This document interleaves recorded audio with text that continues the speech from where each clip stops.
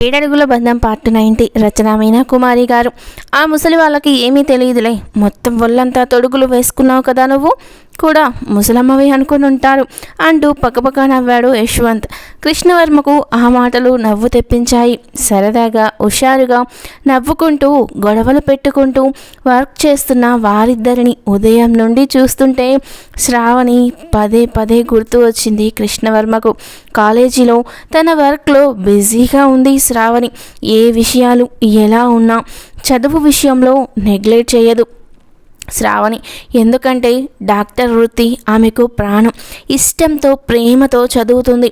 Anatomy క్లాసెస్లో చాలా మంచి ప్రశ్నలు అడుగుతుంది ఆ అమ్మాయి. తెలివికి లెక్చరర్లు ఆశ్చర్యపోతూ ఉంటారు. అందరికీ అనుకూలంగా కూడా ఉంటాయి ఆ ప్రశ్నలు. తెలియనివి తెలుస్తూ ఉంటాయి.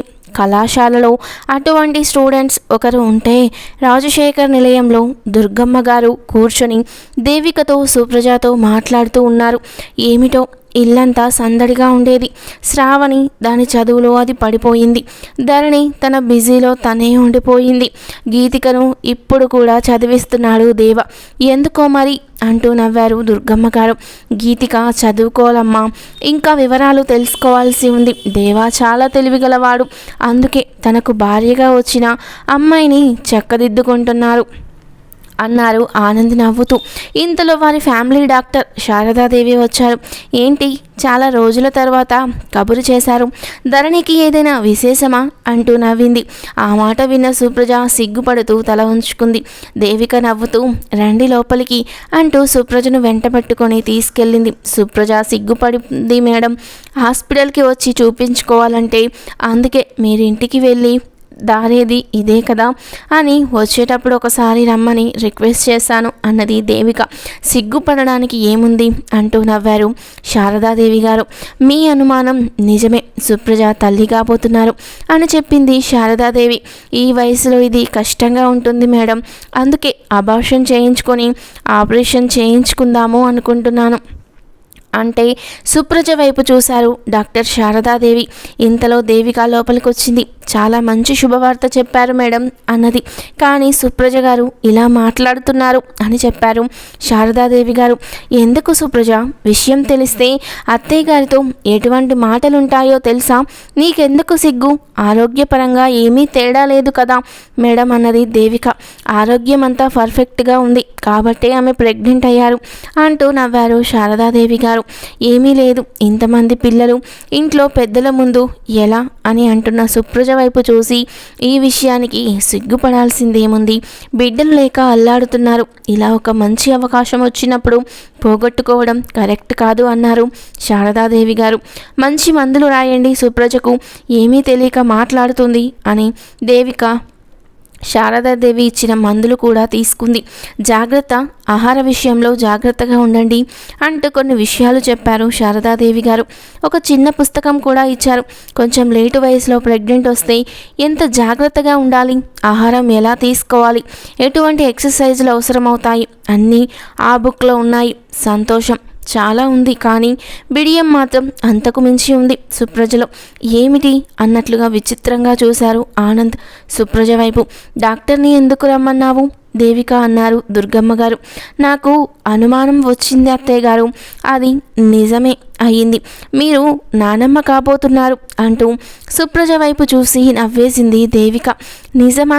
ఓహో, మంచి విషయం సుప్రజ, ఇలారా అంటూ తన మెడలో ఉన్న కెంపు పచ్చల హారాన్ని కోడలి మెడలో ఆనందంగా వేసింది దుర్గమ్మ గారు. సంతోషంగా చూసింది దేవిక. అవును, తనకి ప్రెగ్నెంట్ అని చెబితే చాలు, తనకు కూడా అలాగే ఎన్నో కానుకలు ఇచ్చారు. దుర్గమ్మ దగ్గర ఒక కావిడి పెట్టి ఉంది. దాని నిండా ఆమె 7 వారాల నగలు ఉన్నాయి. ఎప్పటికప్పుడు మెడలో 2-3 రకాలు వేసుకొని ఎంతో మంచి వార్త విన్నప్పుడు కుటుంబ సభ్యులకు అలా ఇవ్వడం దుర్గమ్మ గారికి అలవాటు. ఆనంద్ ఆనందంగా చూశాడు భార్య వైపు. చాలా సిగ్గుగా ఉన్న సుప్రజ తల వంచుకొని ఉండిపోయింది.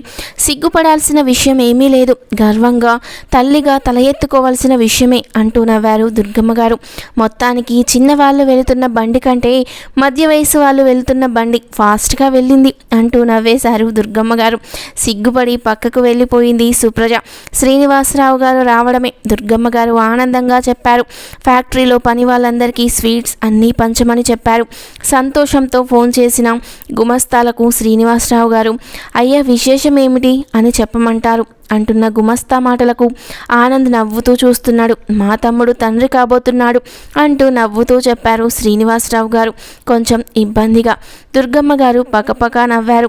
ఆ ఫోను ఇవ్వరా, చెప్పాల్సిన విషయాన్ని చక్కగా చెబుతాను అన్నారు సంతోషంగా. ఇంతలో శ్రావణి వచ్చింది. వేరే డాక్టర్ ఎందుకు, మన ఇంట్లోనే ఉందిగా డాక్టర్ అమ్మ, మీ పిన్నిని టెస్ట్ చెయ్యి అంటూ నవ్వింది దుర్గమ్మ గారు. ఏమైంది పిన్నికి అన్నది భయంగా శ్రావణి. ఏమవుతుందే పిచ్చి ముఖం, నాకు రాజాకి తోడుగా ఇంకొక మనవడు వస్తాడు అంటున్న దుర్గమ్మ గారి వైపు చూసి పక్కన నించున్న దేవిక గారిని సుప్రజ గారిని చూస్తూ నవ్వుతూ శ్రావణి అబ్బా పిన్ని అంటూ నవ్వుతూ మా బాబాయి తండ్రి అవుతున్నారా అయితే అంటూ ధైర్యంగా మాట్లాడి భయంగా పక్కకెళ్ళింది శ్రావణి. ఇంటికి వచ్చిన ధరణి వైపు చూసి రవివర్మ ఏమిటి అలా చాలా బడలికగా ఉన్నావు, వెళ్ళిన పని ఏమైంది ధరణి అంటూ అడిగారు. ప్రస్తుతానికి ఏమీ కాలేదండి అంటూ బాగా అలసటగా ఉంది అన్నది ధరణి. ఇంతలో శ్రావణి ధరణికి ఫోన్ చేసింది. అక్క విశేషమే, త్వరలో మన ఇంటికి ఇంకొక నెంబర్ రాబోతున్నారు అంటూ చెప్పిన శ్రావణి మాటకు నవ్వుతూ గీతికకు అన్నది. ధరణి కాదు అంటూ పక్కపక్క నవ్వింది శ్రావణి. ఇంకెవరు అంటూ కొంచెం అలసిపోయి ఉన్న ధరణి అడిగింది. బయటకు మాటలు వినబడుతుంటే నవ్వుతూ చూస్తున్నాడు రవివర్మ. పిన్నికి అంటూ పక్కపక్క నవ్వింది శ్రావణి. సంతోషం అంటూ నర్మ గర్భంగా నవ్వింది ధరణి. ఆ మాటలు విన్న రవివర్మ గారు నీ చెప్పాలా, మా చిన్నమామగారు ఎప్పుడూ ఫాస్ట్ అంటూ చిలిపిగా మాట్లాడుతుంటే చాలండి మా బాబాయిని ఏమీ అనకండి అన్నది ధరణి చిరుకోపంగా. సంతోషంగా రవివర్మ సిట్అవుట్లోకి వెళ్ళి దేవాకు కృష్ణవర్మకు కాన్ఫరెన్స్ కాల్ కలిపాడు. మన చిన్నమామగారు తండ్రి కాబోతున్నారు అంట, ఇప్పుడే తెలిసింది శుభవార్త అంటూ చెప్పాడు రవివర్మ.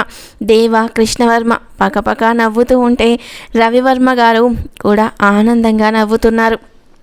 ఏది ఏమైనా చిన్నమామగారి ఎనర్జీ లెవెల్స్ వేరు బ్రదర్స్ అంటున్న రవివర్మ గారి వైపు అప్పుడే వచ్చిన ధరణి చిరుకోపంగా చూసింది. అసలు మీరు తోడల్లులేనా, రాజశేఖర్ నిలయం విషయం అంటే తెగ చెప్పుకొని ముచ్చట పడుతూ ఉంటారు అందరూ, అమ్మాయిలను అనుకుంటారు కానీ వీళ్ళు ముగ్గురు టోటల్గా డిఫరెంట్ అబ్బాయిలు అని నవ్వుకుంది ధరణి. వెంటనే ధరణికి మూడు మారిపోయి హుషారొచ్చేసింది. అయినా మా మామగారి చిట్కాలు ఏమిటో అడిగితే పోతుందేమో అంటూ నవ్వుతున్న రవివర్మ గారి చెవి పట్టుకొని ధరణి అబ్బా అన్నాడు రవివర్మ. ఏమైందన్నయ్య అన్నారు ఇద్దరు. దేవ కృష్ణవర్మ నవ్వుతూ చురుగ్గా చూస్తున్న ధరణి వైపు చూసి నవ్వేశాడు రవివర్మ ఆనందంగా. ధరణి అక్కడ నుంచి నవ్వుకుంటూ పక్కకి వెళ్ళింది. ఏం దేవా, ఏంటి పరిస్థితులు, ఎలా ఉన్నాయి అని అడిగాడు రవివర్మ. ఏముందన్నయ్య, అంతా హ్యాపీ, గీతికతో చదివిస్తున్నాను అంటూ నవ్వాడు దేవ. అవును, చదివించడం ముఖ్యమే అన్నాడు కృష్ణవర్మ. నీ సంగతి ఏంటి కృష్ణవర్మ, మీ అసలైన కథ ఎప్పుడు ప్రారంభమవుతుంది అంటూ నవ్వాడు రవివర్మ. 6 నెలల్లో నేను అనుకున్న పనులు పూర్తవుతాయన్నయ్య. విర్రవీగిన వారు నన్ను ఏదో చేయాలి అనుకున్నవాడే ఈరోజు నా వైద్యం కోసం ఎదురు చూసేలా అయ్యాడు. అందుకు గూడెం ప్రజలకు ఆ కుటుంబం మీద ఉన్న కక్ష కూడా కారణం. గూడెం ప్రజలకు జరుగుతున్న అన్యాయాలు మామూలుగా లేవు. గవర్నమెంట్ వారిచ్చే సదుపాయాలు, ధనం కూడా మధ్యలో రాబందులు చాలా మింగేస్తున్నాయి. ఆ సమస్య కూడా జటిలంగా ఉంది అని చెబుతున్న కృష్ణవర్మ మాటకు నిజంగా ఎటువంటి పరిస్థితుల్లోకైనా దూసుకు వెళ్ళిపోయి చేయాల్సింది చేసి హాయిగా నవ్వుతూ బయటకు వస్తావు కృష్ణవర్మ? అది నీకు ఎలా సాధ్యమవుతుందో అన్నాడు రవివర్మ. ఏముందన్నయ్య, మనం ఎంచుకున్న దారి మంచిదే అయితే మన మనసులో మాట మొదట్లో అర్థం చేసుకోలేని వాళ్ళు కూడా తర్వాత మన వెనక నడుస్తారు. ఈరోజు గూడెం ప్రజల అండ నాకు బాగానే ఉంది అంటున్న కృష్ణవర్మ మాటలకు దేవా నవ్వుతూ, ఎవరో ఎక్కడో జనం కోసం పుట్టాడు అని గొప్పగా చెప్పుకుంటాము. అటువంటిది మా తమ్ముడు లాంటివాడు మా కుటుంబంలోని ఒకడు ఉన్నాడు, అంత గొప్పవాడు అని చెప్పుకోవడానికి చాలా గర్వంగా ఉంది కృష్ణ అన్నాడు దేవ. సంతోషంగా నవ్వాడు కృష్ణవర్మ.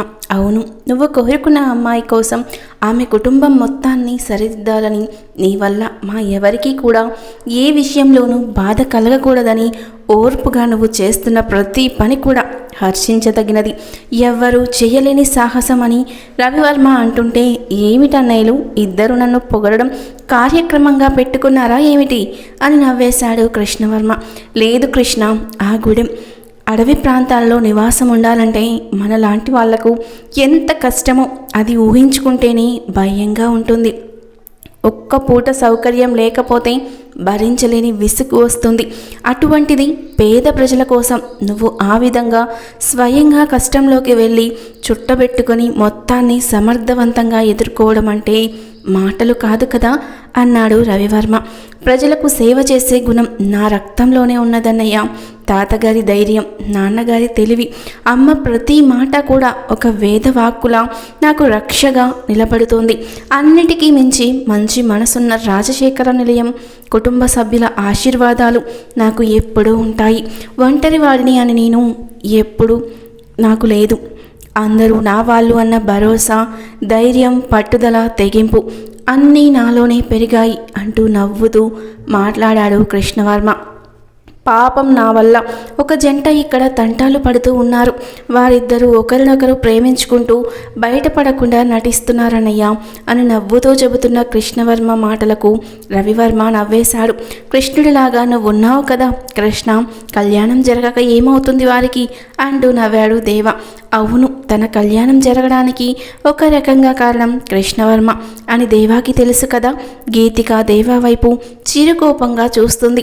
అసలు తోడళ్ళు ఈ విధంగా కాన్ఫరెన్స్ కాల్ చేసుకుంటూ గంటల తరబడి మాట్లాడుకోవడం ఎక్కడా చూడలేదు అని నవ్వుతూ రండి అన్నట్లు సైగ చేస్తుంది గీతిక. ధరణి రవివర్మ గారి వైపు చూసి నవ్వుతూ ఉంది. ఇక్కడ మీ వదిన నన్ను తినేసేలా చూస్తూ ఉంది అన్నాడు దేవా నవ్వుతూ. అవును, మీ వదిన కూడా పక్క నుండి ఎంతసేపు మాటలు అన్నట్లు చూస్తుంది అన్నాడు రవివర్మ నవ్వుతూ. అన్నయ్యలు, నేనేదో బ్రహ్మచారిగా మామూలు గూడెం ప్రజలకు వైద్య సేవలో ఉన్నాను. మీరు చేయాల్సిన ప్రేమ వైద్యం చాలా ఉంది కదా, మీకెందుకు డిస్టర్బెన్స్ అంటూ నవ్వాడు కృష్ణవర్మ. అలా ముగ్గురు నవ్వుకొని ఫోన్లు పెట్టేశారు. తర్వాత ఏం జరిగింది నెక్స్ట్ పార్ట్లో తెలుసుకుందాం. వీడియో నచ్చితే లైక్ చేసి సబ్స్క్రైబ్ చేసుకోండి. Thank you for watching.